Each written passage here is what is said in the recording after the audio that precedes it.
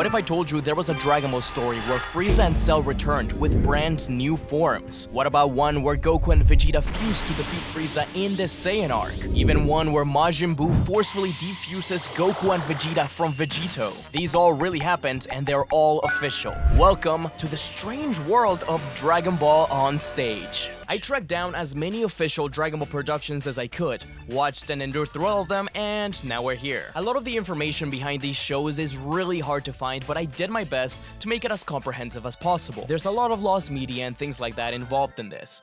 So if you know about something I mentioned in this video that's incomplete or lost to time, be sure to share it down below. I would love to learn more. Without further ado, let's dive down these strange and rare instances of Dragon Ball history. On New Year's Eve 2024, during the Bilibili's New Year Eve Gala, we were treated to an amazing Dragon Ball presentation. Over 350 million people tuned in, though I'm sure many of you didn't know about it since it took place in China. Performed by the famous youth dance troupe O-Dog, it didn't just start with the usual suspects of the Saiyan arc to the Buu arc, but all the way from Goku's childhood. Using remixes of Mystical Adventure, Goku is joined by Krillin, the announcer, and a group of dancers. Even Chi-Chi comes in to dance with her future husband, before the Crane School arrives with Ten Shinhan. His amazing display is interrupted by the Turtle School patriarch, Master Roshi, breaking it down along with his students. The music fades into Dan Dan Kokoro Hikareteku as Goku and Chi-Chi grow up and get married.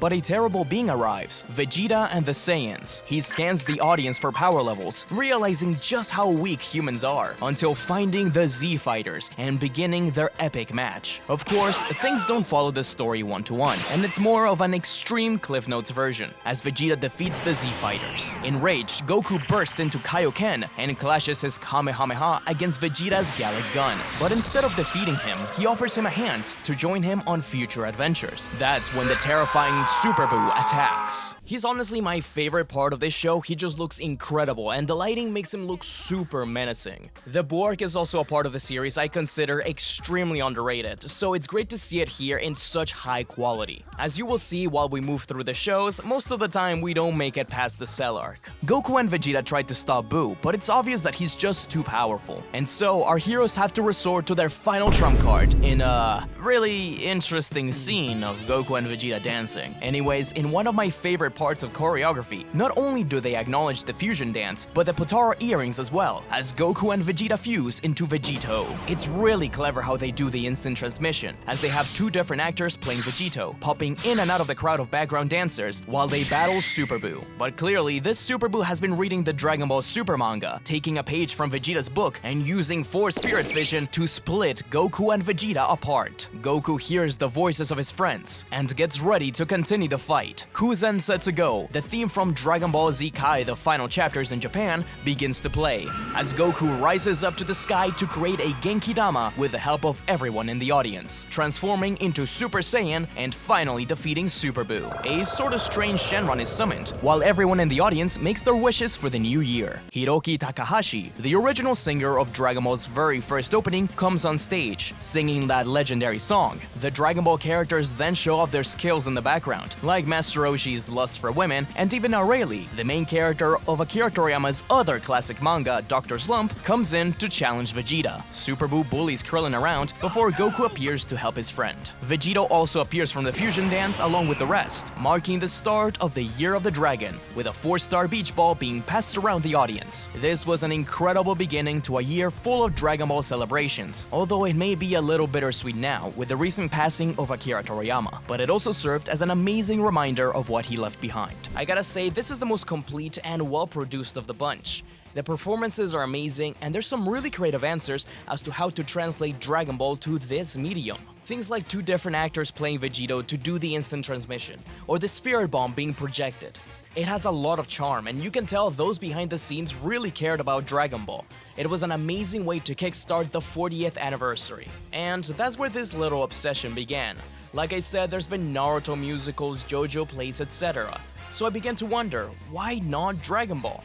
And as it turns out, that's not entirely true. In fact, the earliest instance of a Dragon Ball stage show I could find was from 1997 with the Dragon Ball GT live show. There could have been ones earlier, but I'll touch on that later on. Held in a mall in Sendai, Japan, the Dragon Ball GT show features the return of Goku, Pan, and Trunks as they face off against Don Ki, a minor villain from the early days of GT, who seeks revenge for being thrown in jail. He brings an army of the same species as the bounty hunter Legic in order to terrorize the heroes. The show features all the original voices, like Masako Nozawa reprising her role as Little Goku.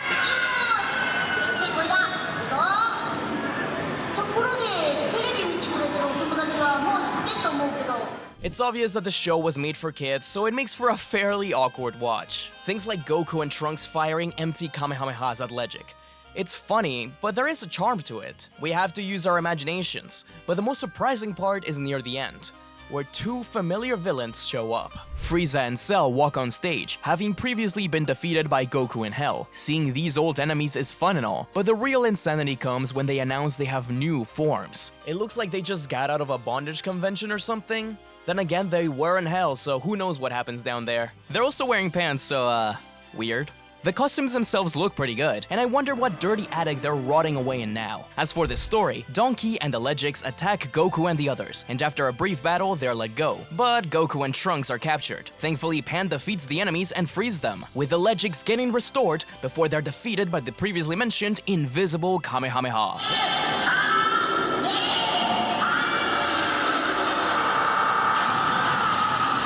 They gotta add that move to Xenoverse, right? Along with the Frieza and Cell forms? The GT team reunites, and we move on to the second part of the show. The video most people watch when it comes to the stage show switches over to an outside stage, though there is also a video of the Legic portion in this area, so it seems like the show actually took place in two different locations. We just don't know what happens. Sadly, it seems like the last portion of the show is just missing. I've done my best to look for it, but I've found nothing. And just from looking at fan forums and things like that, people really do seem to think it's just gone. So if you have any knowledge of the rest of the show, please let me know. I would love to learn more. As I said, there may have been shows before this, but they are definitely lost media. I'll touch on what I've found later on. And so, with GT ending, Dragon Ball took somewhat of a hibernation period as we went into the new millennium. It lived mostly through video games and the show's popularity outside of Japan. That was until 2009, with Dragon Ball Z Kai, a re-edited version of the original Dragon Ball Z anime. It sought to capture a new and younger audience with an anime that was closer to the original manga. All killer, no filler. But it didn't actually remove all the filler. Fun fact, Kai along with Dragon Ball Abridged was actually how I learned English in the first place when I first moved to the US. Unlike Z, which was accompanied by 13 theatrical movies, Kai just didn't have any movies. At least not in the traditional sense. Enter Dragon Ball Kai Super Battle Stage. This was a quasi-adaptation of Movie 8, Dragon Ball Z, burn up a red-hot, raging, super fierce fight. Or, you know, Broly the legendary Super Saiyan.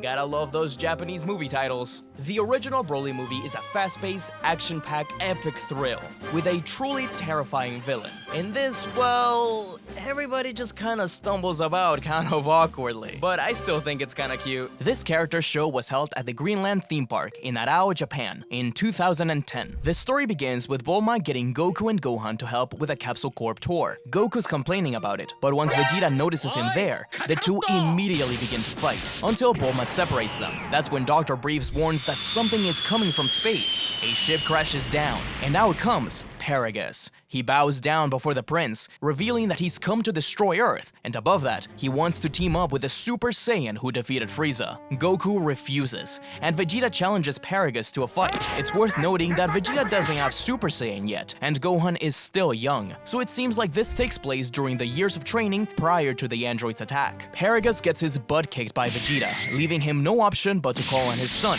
Broly. The fighters are terrified as the Super Saiyan appears, yelling out Kakarot's name. Vegeta tries to fight Broly, but none of his attacks have any effect. Goku and Gohan join the fight, but are also defeated. Just when Goku is about to get killed, Pragaus activates the controlling device on Broly,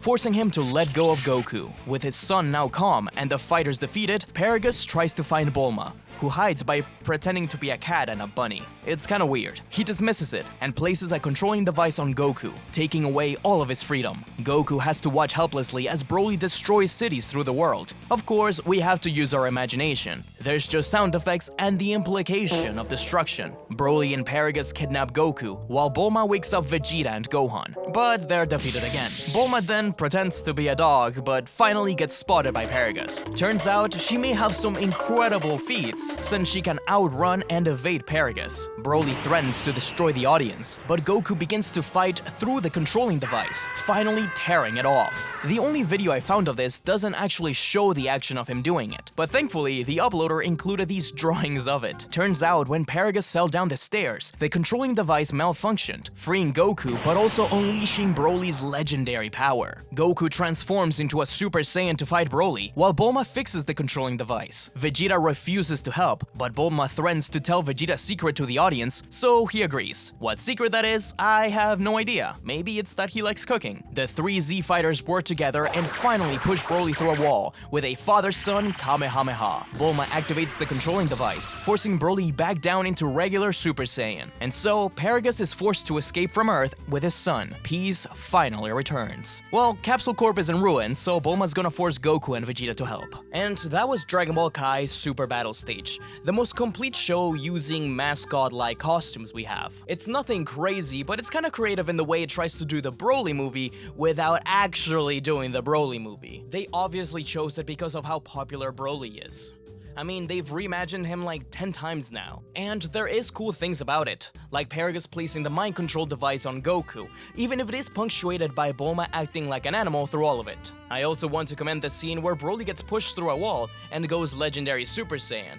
I actually thought they were gonna stick with the regular Super Saiyan look through all of it, so I was pleasantly surprised. But that wasn't the only Kai stage show, however. There was one a year prior, 2009, and I think this is why they decided to place the Broly one prior to the android attack, because they already had costumes made. I didn't mention this one earlier because it has much less information. From what I can gather, this is a quasi-adaptation of the Vegeta attack on Earth. In this story, the World Tournament has arrived. Goku, Krillin, Piccolo, and Gohan are all supposed to enter, but Goku is nowhere to be found. As it turns out, he's training somewhere when he suddenly remembers the tournament, but he's way too hungry and falls asleep instead. At the same time, Vegeta has arrived on Earth and found a flyer for the tournament, wanting to challenge Goku. The tournament has already started, with the first match being Gohan versus Piccolo. The master defeats the student by knocking him out of the arena, and the next match is Piccolo versus Krillin. Bulma decides to go out and find Goku, but her search is interrupted by Vegeta. Bulma doesn't want to tell him about the tournament, so he just kidnaps her and forces her to take him there. Finally, Goku wakes up from a nap thanks to Gohan calling his name, because Piccolo and Krillin's match is interrupted by Vegeta arriving with Bulma. He tries to hold her back. I don't want to wait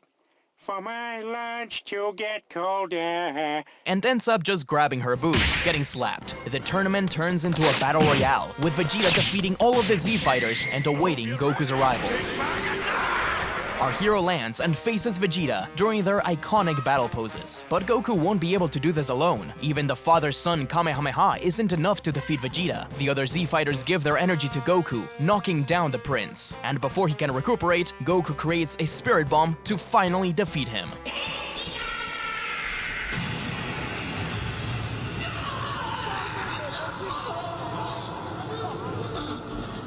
The video of the show I could find ends with a little chat between the heroes, but I know there's a different version that ended with a dance number, likely to the tune of Dragon Soul. I've been able to find images, but sadly no video. Either way, it's an interesting little piece of Dragon Ball history. Out of these three, the GT and the two Kai shows, I definitely think the Broly one is the best. For one, it makes the tiniest bit more sense than the others, and it doesn't help that the others aren't really complete. I actually have one more show to talk about, but first, let's discuss Lost Media.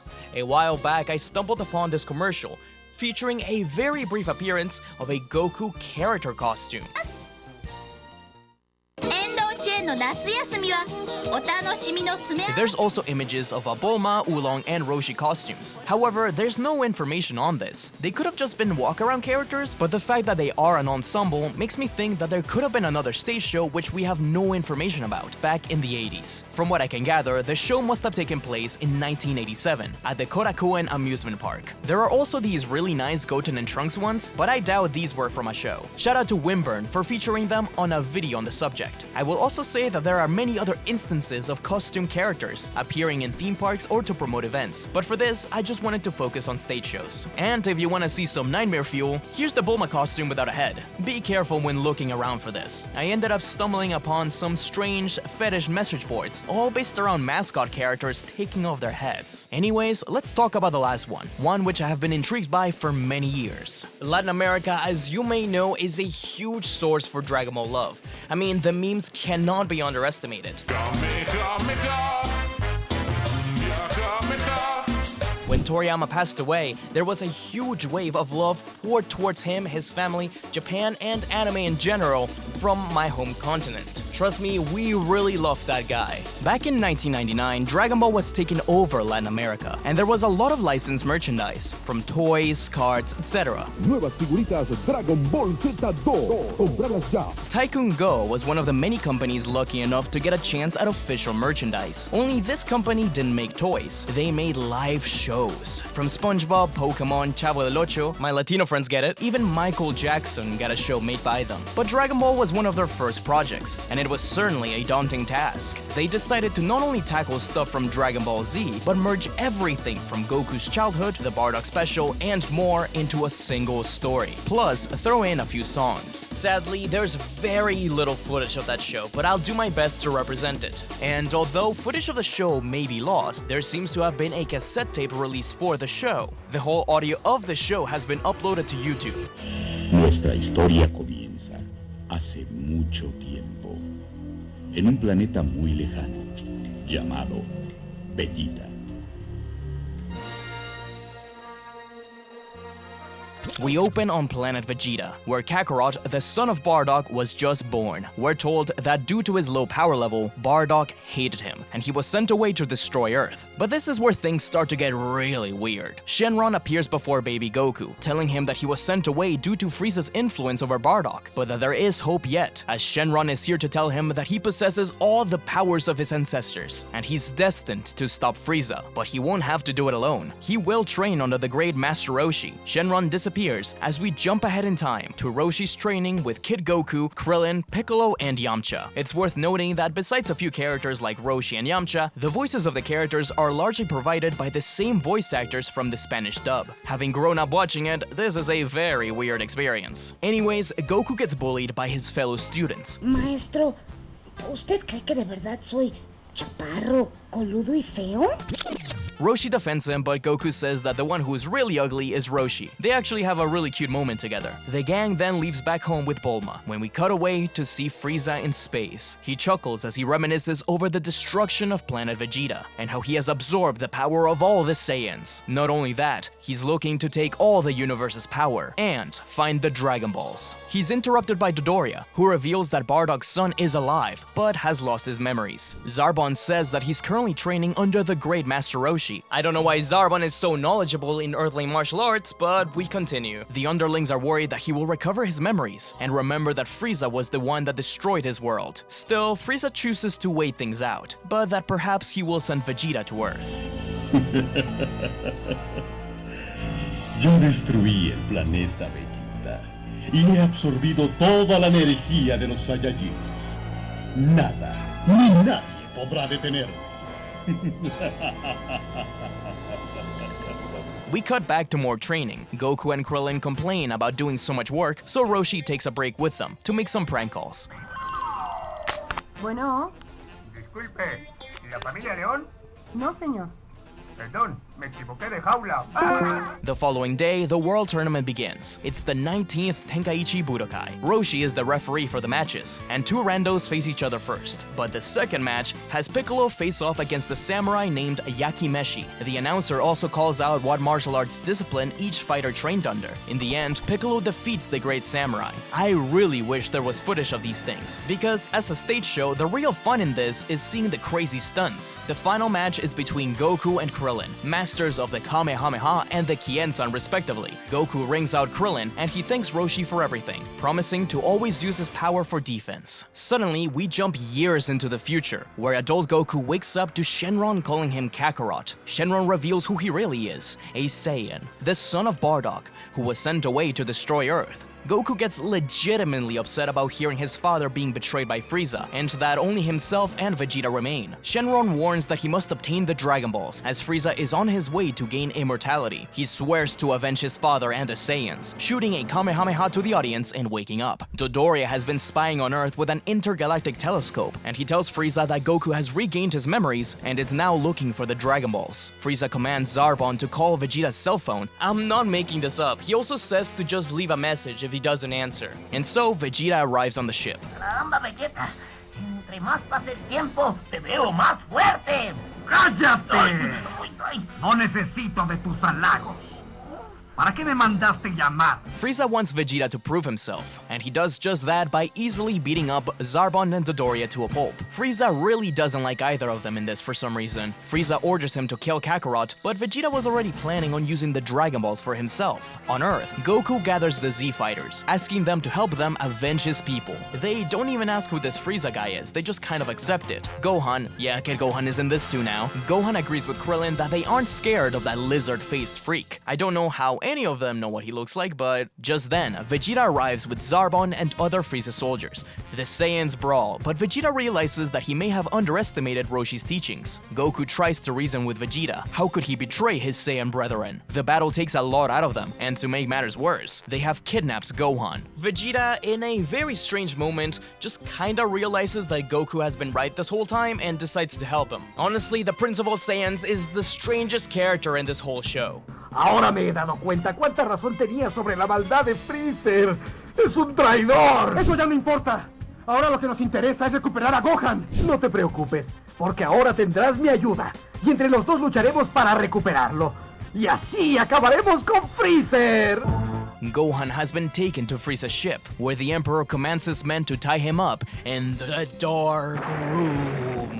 But Gohan manages to untie himself and use the computer to contact his father. Goku answers, but the connection is cut by Zarbon, who takes down Gohan. The Z Fighters plan to sneak into Frieza's ship. Frieza knows they are there, however, and releases the Frieza Force against him. A huge battle begins, where Krillin saves Piccolo with a Kien-san. Listening to this with no visuals is really strange. ¡Acaben con ellos! ¡Cuidado! ¡Nos ha descubierto!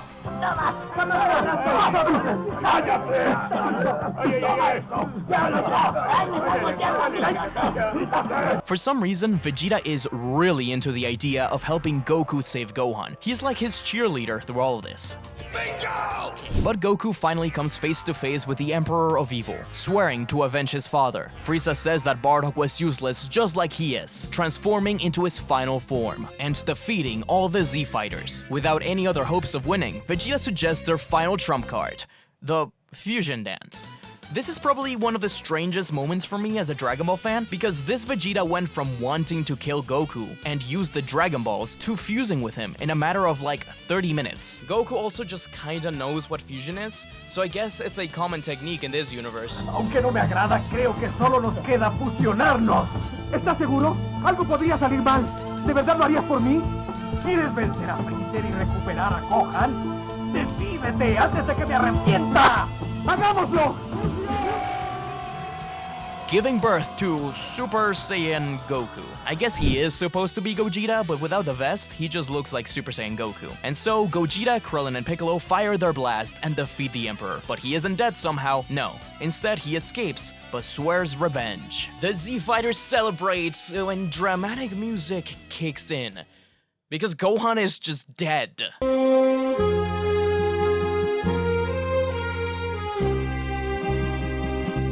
Yeah, 5-year-old Gohan just dies off screen. And what's weirder, Master Roshi seems to be the only one that really cares. Everyone else is just as confused as I am as to how it happened. ¿Qué han hecho, Goku? Esperen. ¿Y Gohan? Aquí está Gohan. Gohan, ¿estás bien? ¿Qué le pasa a Gohan? Thankfully, the Z Fighters had gathered the Dragon Balls, and Bulma summoned Shenron. The wish is granted, and Gohan wakes up, thanking Bulma for giving up her wish for his life. The show ends with a musical number from Gohan, and it's actually pretty cute. He tells the kids in the audience that if they're ever afraid, to just shout their own Kamehameha and to truly believe in themselves.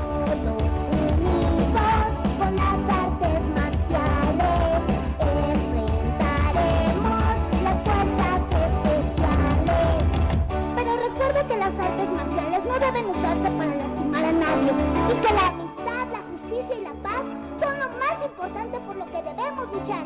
Y si tienes miedo o tienes algún problema, llámame a mí, o a Krillin, o a Bulma, o a Yamcha. Pero si no podemos ir, solo cierra tus ojitos y di Kamehameha! Truly my life motto. They also sing a separate Kamehameha song.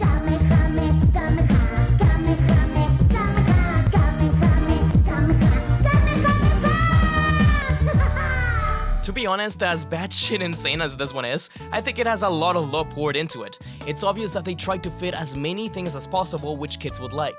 Fusion, Kid Goku's training, Frieza, etc. It's quite a bit beefy on lore when you think about it, especially compared to the other shows. Weirdly enough, this show was also televised as part of a Peruvian show called Chola de Miércoles. When researching this, I found that Chola's show is still going, and she did a different Dragon Ball themed show a few years back. And it's completely terrifying.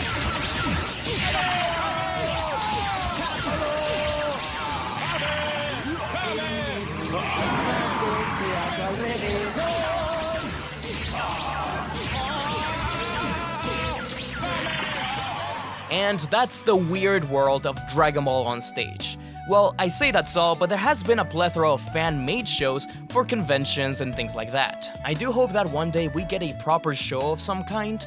I didn't think it was possible, but after the Billy one, there is some creative things to do, and I would be excited to see them. And in all honesty, the Naruto costumes look so amazing, I would just want to see these characters translated to stage. Anyways, I've been SmugStick, be sure to follow me on Twitter at SmugStickDB, and if you want me to do more videos about Dragon Ball strange history things, please let me know in the comments below. I have a lot to talk about.